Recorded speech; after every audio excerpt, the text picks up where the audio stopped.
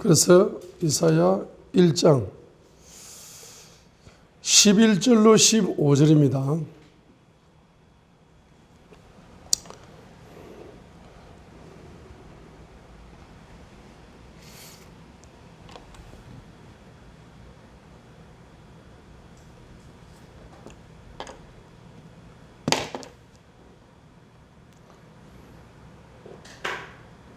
자, 이사야. 그래서 첫 번째로는 형식적인 예배죠, 예배. 이사야 1장 11절 15절. 이게 이사야 1장이죠. 자, 형식적인 예배를 드려가지고 주님이 진정한 나의 피난처가 안 됩니다. 그래서 이사야 1장 11절로 15절까지 이제 이야기를 형식적인 예배를 드리다 보니까 15절에 보니까 너희가 너희 손을 앞으로 펼칠 때 내가 내 눈을 너희에게 숨기겠으며 너희가 많이 기도할지라도 내가 듣지 아니하리라 했습니다. 그래서 형식적인 예배를 통해서 많이 기도할지라도 응답을 못 받습니다. 그 응답을 못 받는 원인 중에 하나가 15절 하반절이죠. 너희 손에 피가 가득함이라. 손에 피가 가득한 상태에서 그 손에 피를 회개함으로 씻지 않고 아무리 뭐라도 기도를 해도 응답이 안 되고 예배가 상달이 안 되는 거죠.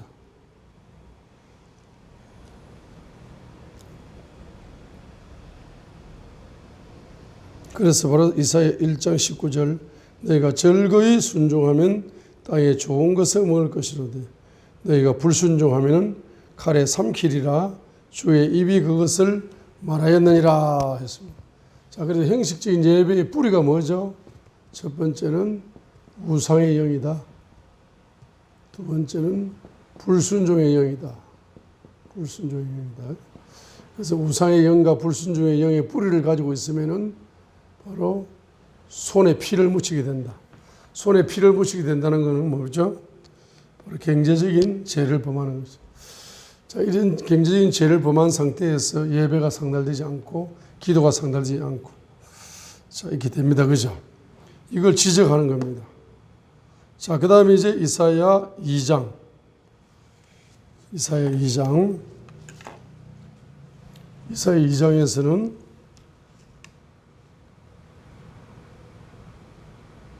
이사야 2장에서는 바로 교만과 거만을 지적하고 있습니다. 교만의 영이 교만. 교만과 거만.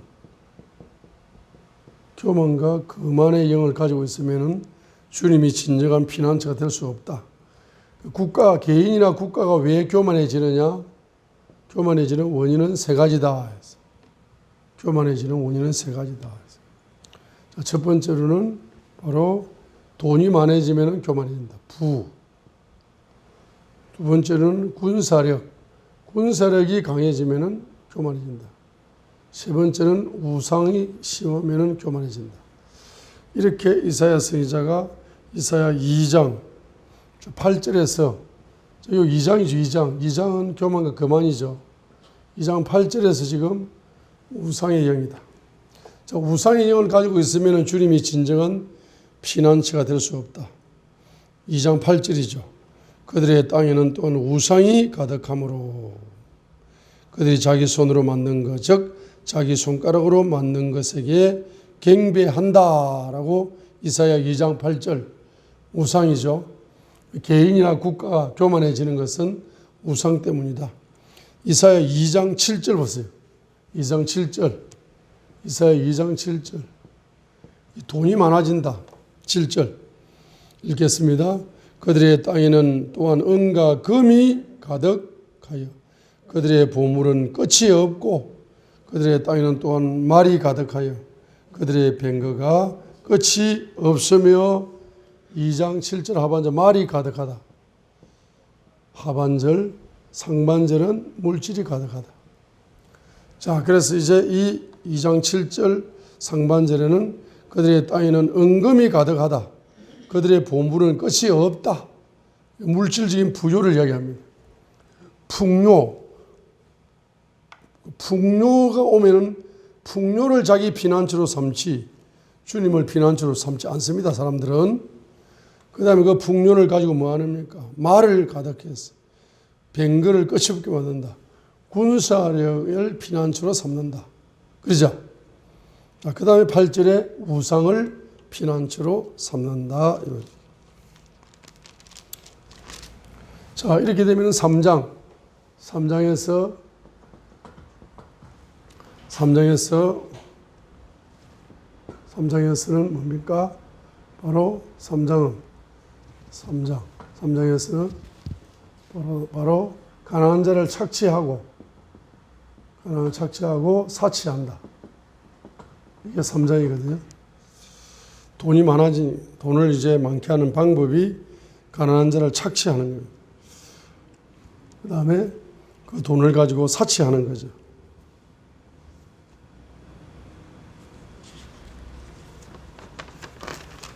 그래서 어떤 사람이 되는가? 그래서 교만한 여자가 되고, 그 다음에 세욕이 가득한 여자가 되고, 사치하는 여자가 된다. 그렇죠? 그래서 이제 1번이 뭡니까? 가난한 자를 착취한다. 빈자를 착취해가지고 3장 14절 봅니다. 3장 14절. 이게 이사야 시대에 이런 일이 있습니다. 자, 주께서 자신의 백성의 원로들과 그들의 통치자들과 함께 심판자리로 들어가시리니 너희가 포도원을 먹어버렸도다. 자, 하반절 보세요. 가난한 자에게서 노력한 물건이 너희 집에 있느니라. 3장 14절 하반절. 가난한 자에게서 노력한 물건이 노략경제가 너희 집에 있다. 14절 하반절이죠. 빈자를 착취하는 겁니다. 빈자를 착취해가지고 두 번째 뭡니까? 두 번째로 사치한다. 15절부터 16절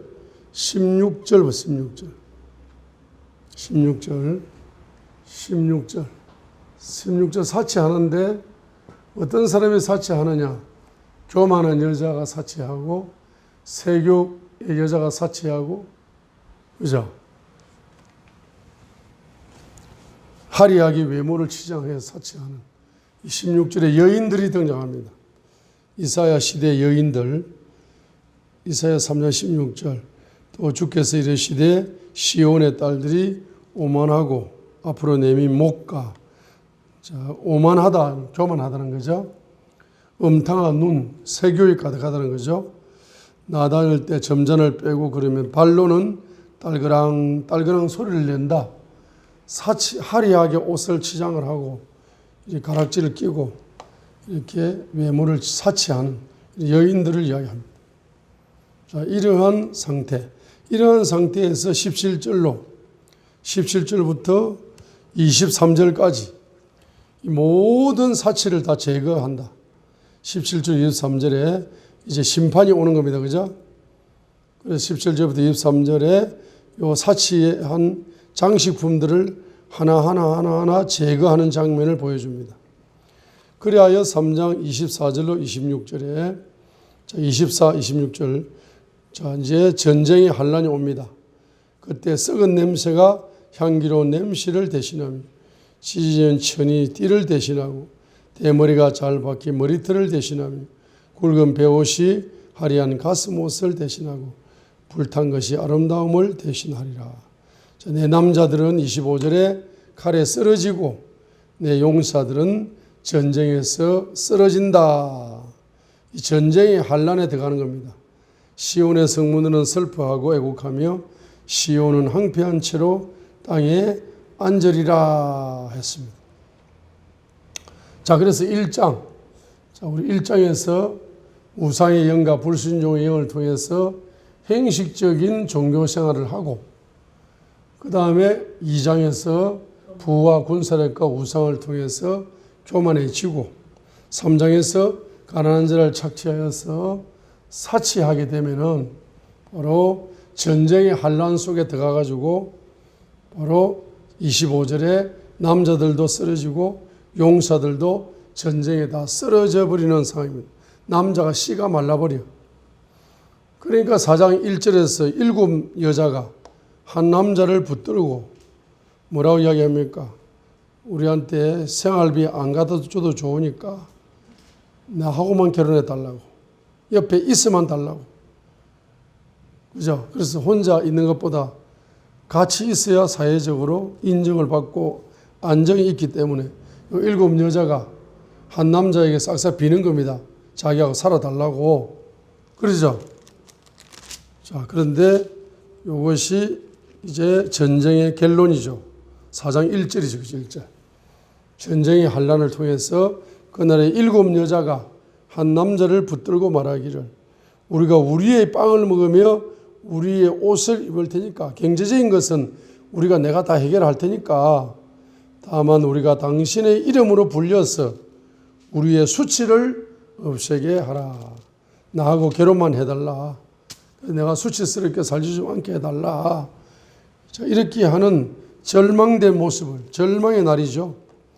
그런데 이제 2절에는 희망의 날이 오는 겁니다.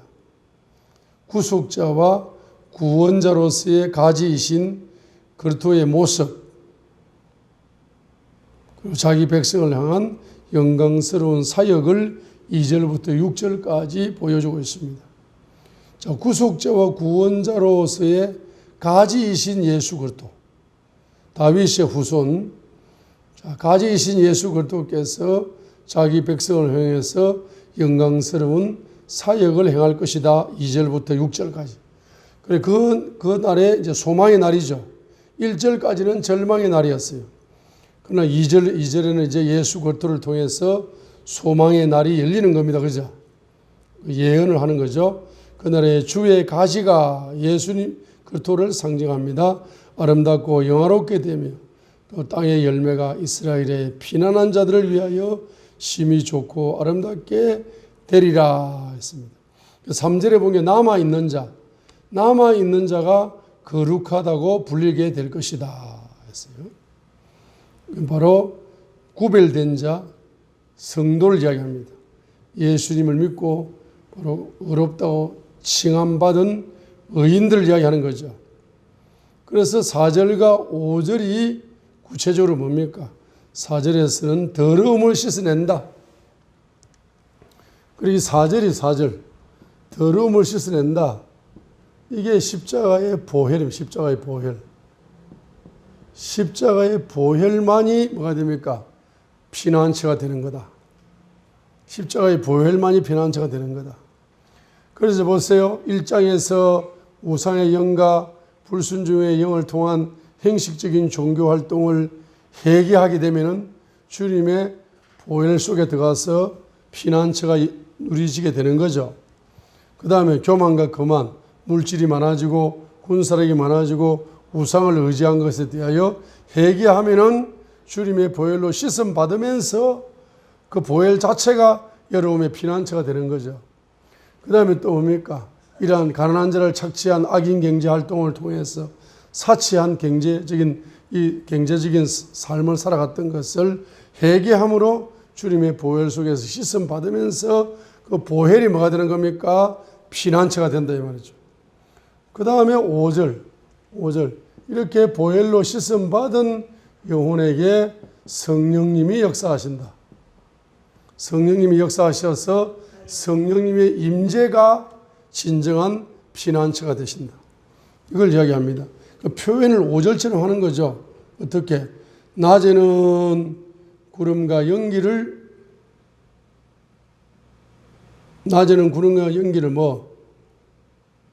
창조하시고 밤에는 타오르는 불빛을 창조하신다 하니까 구름 기둥과 불 기둥이 무슨 역사를 한다? 바로 창조의 영이다. 알 수가 있죠. 성령님은 창조의 영이시다. 알 수가 있습니다. 자, 그래서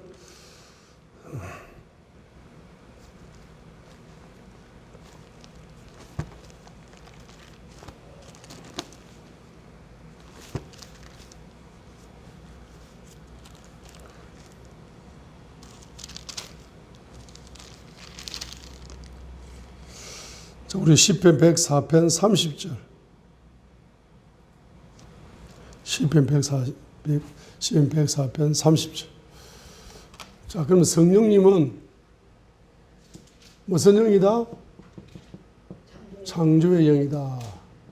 성령님은 창조의 영이다 할 때에 시편 104편 30절은 바로 물질계를 창조하시고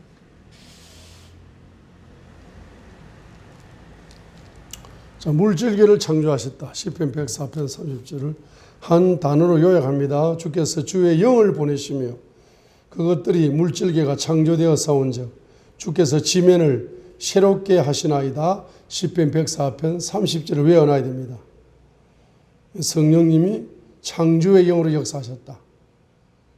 창세기 1장이 성령님이 창조의 영으로 역사하신 거죠.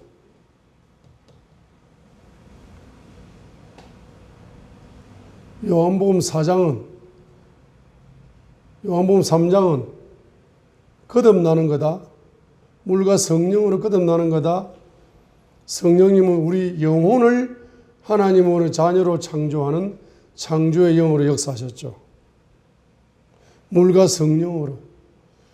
물이 예수님의 피와 성령으로. 예수님 피를 믿음으로 성령님이 역사하여서 우리 영혼을 거듭나게 하나님의 자녀로 창조한 거죠. 그 물이 말씀이라면 성령님이 말씀으로 역사하셔서 우리 영혼을 거듭나게 만들어 하나님의 자녀로 창조하셨죠.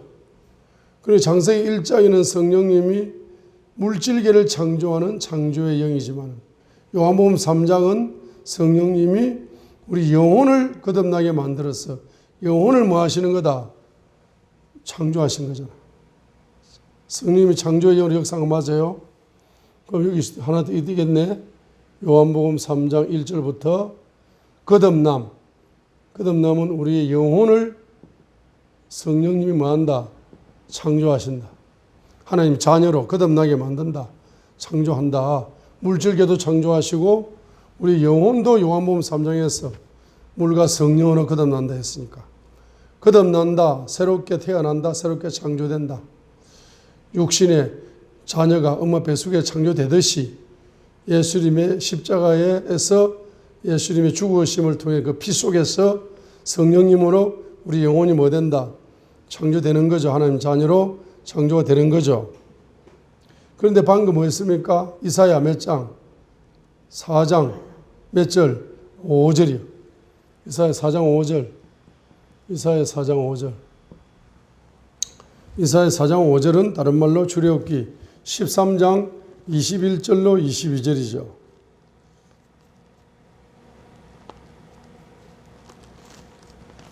자, 출애굽기 13장 21절. 저 보세요.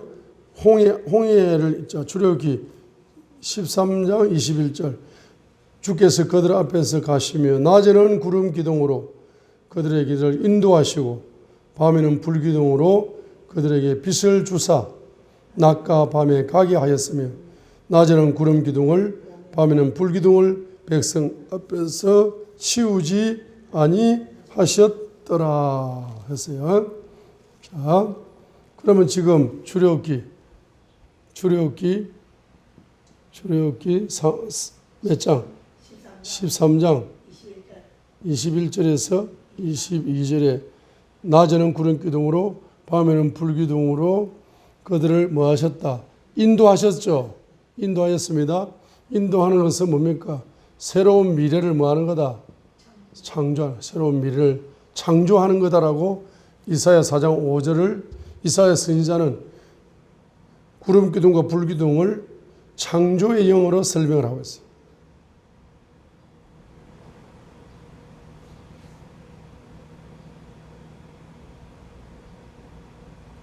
그러면은 이사야 4장 3절에 더러움을 씻어주는 것은 예수님의 피죠.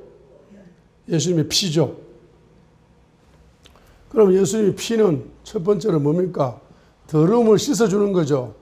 자, 더러움을 씻어준다 하면은 죄에서, 죄악에서 해방이죠.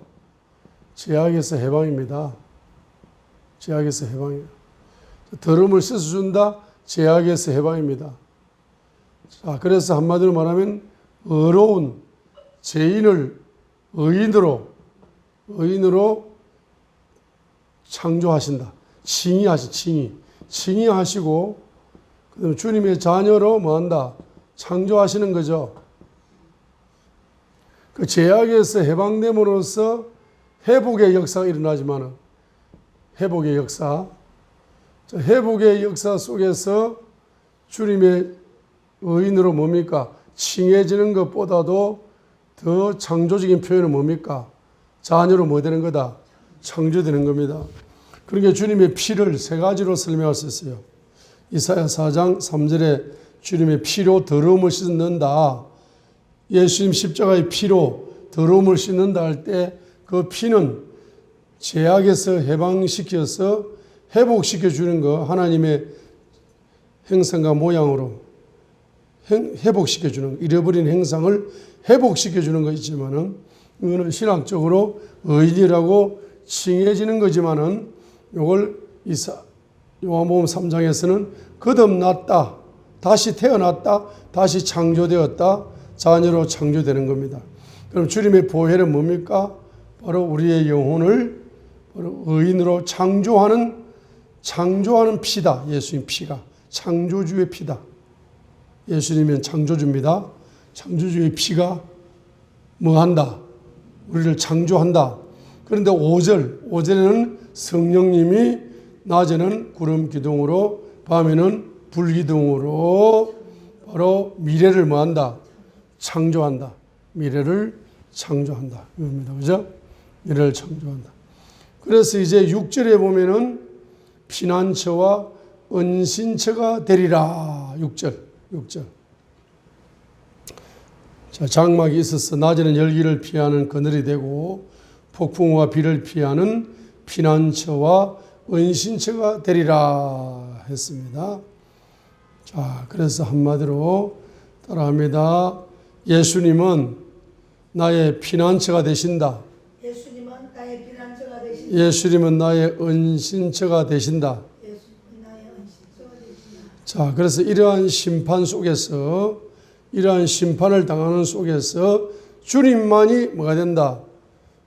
저와 여러분의 피난처가 되시고 주님만이 저와 여러분의 은신처가 된다라고 지금 이사야 1장, 2장, 3장을 통과하면서 이사야 4장에서 주님만이, 그러니까 따라합니다. 주님의 보혈만이 나의 피난처가 되신다. 주님의 보혈만이 나의 피난처. 성령님만이 나의 피난처가 되신다. 성령님만이 나의 피난처가 되신다. 자, 그래서 여러분이 성령님을 의지해 가지고 나가게 되면 성령님이 여러분의 현재와 미래를 뭐 하신다? 창조하신다. 그 창조하시는 그 피난처 속에서 여러분이 피난처를 경험할 수가 있다. 자, 그러니까 지금 성령님이 눈에 보여요, 안 보여요? 안 보입니다. 그래서 여러분의 피난처는 눈에 보인다, 안 보인다? 안 보이는 거라. 그래서 이제 모든 사람들은 뭐죠? 일곱 가지를 피난처로, 다윗처럼 7가지를 피난처로 삼아가지고 지금 뭔가를 해가지고 피난처를 지금 삼으려고 사람들이, 그죠? 7가지를 통해서 피난처를 삼고자 하지만은 진정한 피난처는 없다. 자, 그런데 여러분들은 뭐죠? 이사야 1장, 2장, 3장을 회개하면서 예수님의 피가 여러분의 피난처가 되어야 되고, 그 1, 2, 3장에 있는 것이 여러분 속에 있는 거죠. 그 주님의 피로 씻어지게 되면은 성령님의 불이, 성령님의 구름 기둥이 여러분의 생애 속에 임재하셔가지고 여러분의 현재와 미래에 바로 창조의 기적을 베풀어 주시는데 그 창조가 뭡니까? 여러분이 뭐가 된다? 피난처가 되는 거라.